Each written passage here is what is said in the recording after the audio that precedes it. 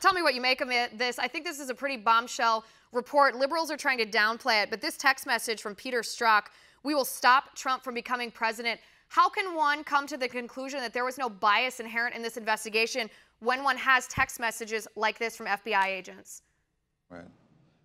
I think, well, first of all, overall, I think you're right. I mean, the report is a bombshell. I think that email is a showstopper. There's not two ways to read it.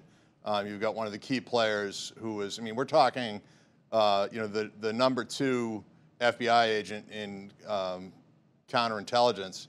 I mean, someone very senior who was involved in both investigations, openly expressing bias. And I don't think the IG decided that there was no bias. What he did, and this is a lawyerly thing, which I don't think will matter to most of your viewers, is all he said was they found bias, they found the results of the investigation, but they didn't find documents or testimony that tied the two together.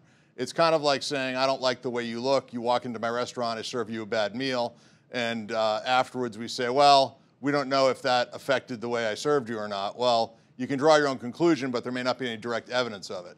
So I think that, in the long run, I think this is damaging to the FBI. I think it's damaging to Strzok personally. And interestingly, this report doesn't deal with the Russia investigation at all. That's going to be the next report. And then you'll have the ability to compare how these same players acted when they were investigating Donald Trump. So, for example, the easy treatment of voluntary interviews for all of Secretary Clinton's staff, the kind of voluntary questioning, not under oath, no search warrants, no searching people's houses at 6 in the morning.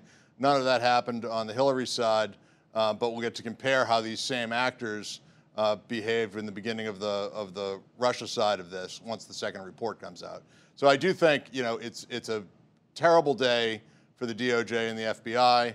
The public likes to think that our civil servants are kind of nonpartisan, doing what they do, or at least doing their best to keep their personal views out of it.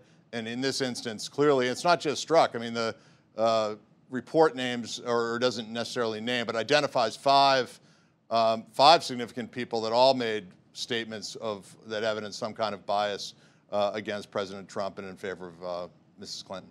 Want to see more videos like this?